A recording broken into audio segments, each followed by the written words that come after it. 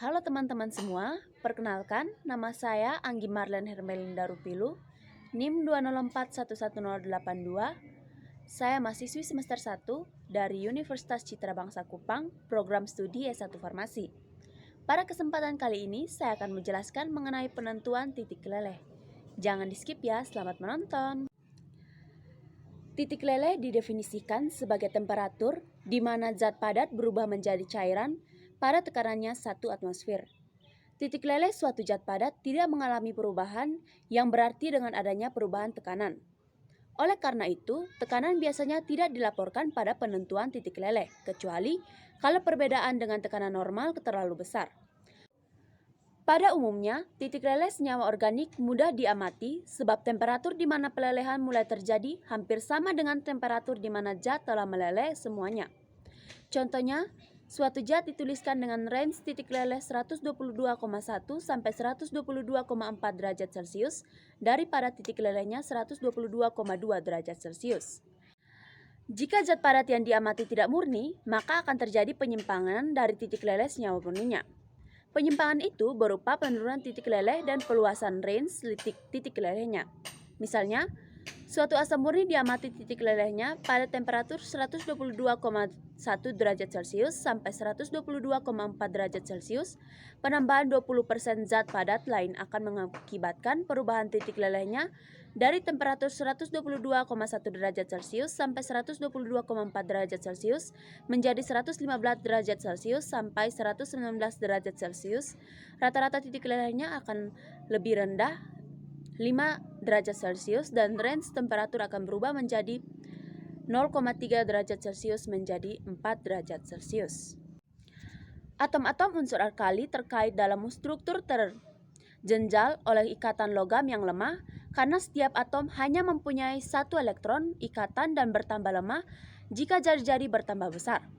Oleh sebab itu, titik leleh berkurang dari atas ke bawah dalam satu golongan. Sedangkan pada unsur halogen yang berada dalam keadaan padat berupa kristal, terikat oleh gaya van der Waals yang lemah. Gaya ini bertambah jika jari-jari bertambah besar. Oleh sebab itu, titik leleh bertambah dari atas ke bawah dalam satu golongan. Titik leleh bergantung pada kekuatan relatif dari ikatan. Dalam satu golongan unsur transisi dari atas ke bawah, kekuatan ikatan akan bertambah, jadi titik leleh bertambah. Unsur C dan Si yang mempunyai struktur kovalen yang sangat besar mempunyai titik leleh tinggi. Titik leleh dari gas mulia ditentukan oleh besarnya nomor atom.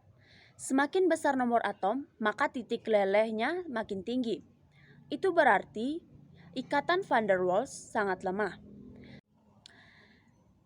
Sifat fisika dari karbon yaitu pada titik lelehnya adalah titik leleh dari karbon sangat tinggi sehingga karbon berbeda dengan non-logam lainnya. Yang berikut adalah alat dan bahan. Nah, alat yang pertama ada beker gelas, yang kedua ada termometer, yang ketiga ada spiritus, yang keempat ada statif, yang kelima ada kaki tiga, dan yang keenam ada pipa kapiler. Untuk bahannya, yang pertama ada asam salisilat, yang kedua ada asam benzoat, yang ketiga ada asam oksilat, dan yang keempat ada minyak goreng. Yang berikut adalah cara kerjanya.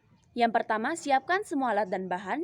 Yang kedua, bakar ujung pipa kapiler hingga tertutup. Yang ketiga, masukkan zat yang akan dicari titik lelehnya ke dalam pipa kapiler tersebut atau asam benzoat. Yang keempat, rekatkan pipa kapiler yang berisi asam benzoat kepada termometer dengan menggunakan benang. Yang kelima, masukkan minyak ke dalam beker gelas. Yang keenam, panaskan minyak dan celupkan termometer yang sudah direkatkan dengan pipa kapiler. Yang ketujuh, amati hingga asam benzoat tersebut meleleh. Yang kedelapan, catat pada suhu kisaran berapa asam benzoat tersebut meleleh. Nah, berdasarkan pengamatannya, teman-teman bisa lihat pada tabel yang di samping, titik leleh asam benzoat yang didapat sama dengan 108 sampai 112 derajat Celcius. Nah, pada tabel hasil percobaan per kelasnya, yang pertama bahan asam oksilat, titik lelehnya yang pertama berada pada 88 sampai 94 derajat Celcius. Yang kedua 90 sampai 95 derajat Celcius. Yang ketiga 83 sampai 87 derajat Celcius. Yang kedua asam salisilat Yang pertama, titik lelehnya berada pada 140 sampai 148 derajat Celcius. Yang kedua, 139 sampai 142 derajat Celcius. Yang ketiga adalah asam benzoat. Titik lelehnya yang pertama 108 sampai 112 derajat Celcius dan yang kedua 106 sampai 108 derajat Celcius.